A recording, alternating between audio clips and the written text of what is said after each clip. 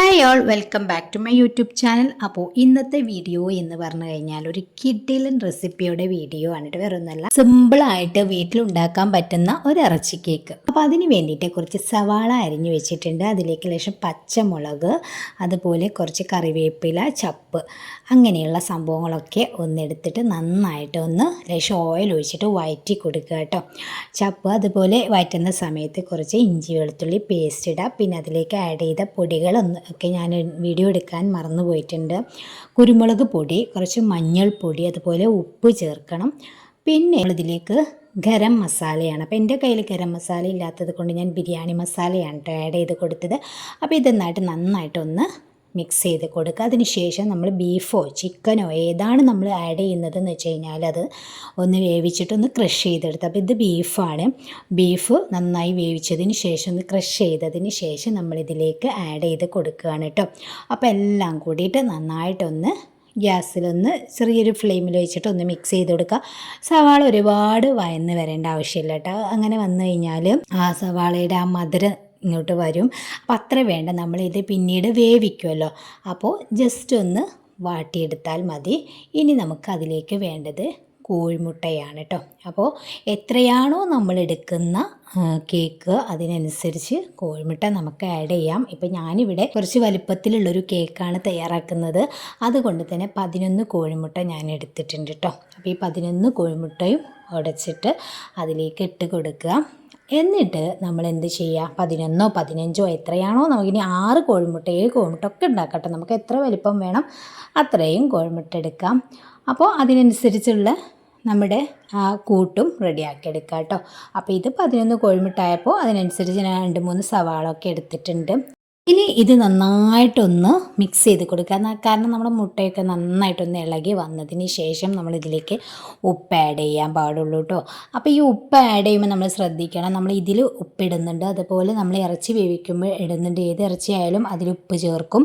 അതുപോലെ നമ്മൾ മസാലയിലും നമ്മൾ ഉപ്പ് ചേർക്കാറുണ്ട്. അപ്പം ഉപ്പ് എപ്പോഴും നമ്മൾ സൂക്ഷിച്ച് വേണം ചെയ്യാനായിട്ട്. എല്ലാറ്റിലും ലേശിച്ച ഉപ്പ് ഇടും വേണം, പക്ഷെ കൂടിപ്പോവുകയും ചെയ്യരുത്. അപ്പോൾ ആ ഒരു കാര്യം ശ്രദ്ധിക്കുക. അപ്പോൾ ഇത് നന്നായിട്ട് മിക്സ് ചെയ്തിട്ടുണ്ട്. ഇനി നമ്മളിതിലേക്ക് ഉപ്പ് ചേർക്കുക. അപ്പോഴാണ് ഇതിന് ഉപ്പ് എല്ലാ സ്ഥലത്തൊന്നും പിടിക്കാതെ. നമ്മൾ കോഴിമുട്ട ഓംലേറ്റ് അടിക്കുമ്പോഴും അത് ശ്രദ്ധിക്കണം കേട്ടോ. അല്ലാതെ നമ്മൾ ഫസ്റ്റിലേ ഉപ്പിട്ട് കഴിഞ്ഞാൽ ഉപ്പ് അവിടെ കട്ടക്കുത്തി കിടക്കുകയുള്ളൂ. അപ്പോൾ ഇതൊന്ന് മിക്സ് ചെയ്ത് കഴിഞ്ഞതിന് ശേഷം വേണം ഉപ്പ് ആഡ് ചെയ്യാനായിട്ട്. അപ്പോൾ ഉപ്പ് ആഡ് ചെയ്തു. ഇനി നന്നായിട്ടൊന്ന് മിക്സ് ചെയ്ത് കൊടുക്കുക. അതിന് ശേഷം നമ്മൾ ഉണ്ടാക്കി വെച്ച മസാല ഇതിലേക്ക് ആഡ് ചെയ്ത് കൊടുക്കണം. അപ്പോൾ ഉപ്പ് നന്നായിട്ട് ഇളകിയതിന് ശേഷമാണ് ഞാൻ ഈ മസാല ഇതിലേക്ക് ആഡ് ചെയ്ത് കൊടുത്തത്. എന്നിട്ട് ജസ്റ്റ് ഒന്ന് കൂടി ഇതൊന്ന് ഇളക്കി കൊടുക്കുക കേട്ടോ. എല്ലാം ഒന്ന് സെറ്റായി വരാൻ വേണ്ടിയിട്ട് ഒന്ന് ഇളക്കി കൊടുക്കുക.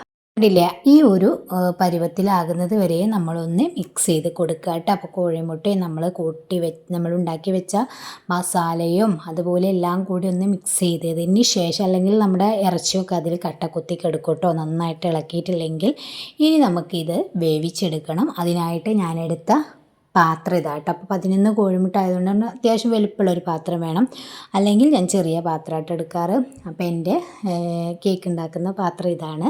ഇത് നമ്മൾ ഗ്യാസിലേക്ക് വെക്കുമ്പം കുറച്ച് ഫ്ലെയിം കൂട്ടിയിട്ട് തന്നെ വെക്കുക കേട്ടോ. അപ്പോൾ ഇതിലാകുമ്പോൾ നോൺ സ്റ്റിക്ക് ആയതുകൊണ്ട് തന്നെ അതിലേക്ക് ഓയിലോ വെളിച്ചെണ്ണയോ ഒന്നും ആഡ് ചെയ്യേണ്ട ആവശ്യമില്ല. ഡയറക്റ്റായിട്ട് നമ്മുടെ കൂട്ട് അങ്ങോട്ട് ഒഴിച്ചു കൊടുത്താൽ മതി. അലുമിനിയത്തിൻ്റെ പാത്രം അങ്ങനെ എന്തെങ്കിലും എടുക്കുകയാണെങ്കിൽ അതിലേക്ക് കുറച്ച് വെളിച്ചെണ്ണ ഒഴിച്ചിട്ടൊന്ന് സ്പ്രെഡ് ചെയ്ത് കൊടുക്കണം കേട്ടോ.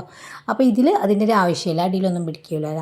അങ്ങനെ ഇത് ഒഴിച്ചു കൊടുത്ത് ഇനി ഇതിൻ്റെ മൂടി കൊണ്ട് നന്നായിട്ടൊന്ന് മൂടി വെക്കുക. ഒരു അരമണിക്കൂർ എന്തായാലും എടുക്കും. ഇത് ഒഴിക്കുമ്പോൾ നമ്മൾ ഫ്ലെയിം കൂട്ടിയിട്ട് വേണം ഒഴിക്കാനായിട്ട്. അതിന് ശേഷം നമ്മൾ ഇതുപോലെ അടിയിലൊരു പാത്രം വെച്ച് കൊടുക്കുക. പാത്രം വെക്കുമ്പം നമുക്ക് ഉപയോഗിക്കാൻ പറ്റാത്ത തരത്തിലുള്ളൊരു പാത്രം വെക്കുന്നതായിരിക്കും നന്നാവുക. കാരണം അതിൻ്റെ അടി ഫുള്ളി അത് കംപ്ലൈൻ്റ് ആയി വരാൻ സാധ്യതയുണ്ട് കേട്ടോ. അപ്പോൾ അത് വെച്ചതിന് ശേഷം നമ്മൾ എന്ത് ചെയ്യുക, ഫ്ലെയിം ഒന്ന് കുറച്ച് കൊടുക്കണം കേട്ടോ. പിന്നെ നമ്മൾ കൂട്ടി കൊടുക്കേണ്ട ആവശ്യമില്ല. പിന്നെ ആ ഫ്ലെയിം കുറച്ചിട്ട് വേണം നമ്മൾ അടച്ച് വെച്ചിട്ട് വേവിക്കാനായിട്ട്. അതങ്ങനെ വെന്തോളും, കുറച്ച് ടൈം എടുക്കുന്നുള്ളൂ. പക്ഷെ കൂട്ടിക്കഴിഞ്ഞാൽ ഇത് കോഴിമുട്ടയാണ്, കരിഞ്ഞു പോവാൻ വളരെ സാധ്യതയുള്ള സാധനമാണ്.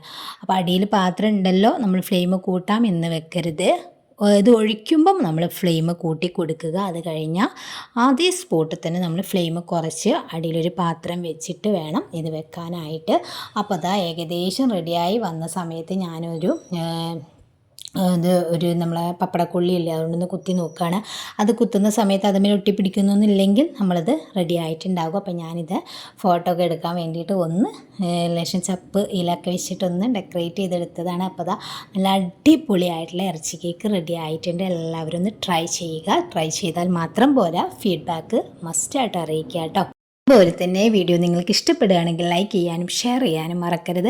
ഇതുപോലെയുള്ള നല്ല നല്ല വീഡിയോസ് കാണാൻ വേണ്ടിയിട്ട് ചാനൽ സബ്സ്ക്രൈബ് ചെയ്തിട്ടില്ലെങ്കിൽ പ്ലീസ് ഒന്ന് സബ്സ്ക്രൈബ് ചെയ്ത് ബെല്ലൈക്കണും ഓൾ ഓപ്ഷനും ക്ലിക്ക് ചെയ്ത് വെക്കാം. ശരി, താങ്ക് യു സോ മച്ച്.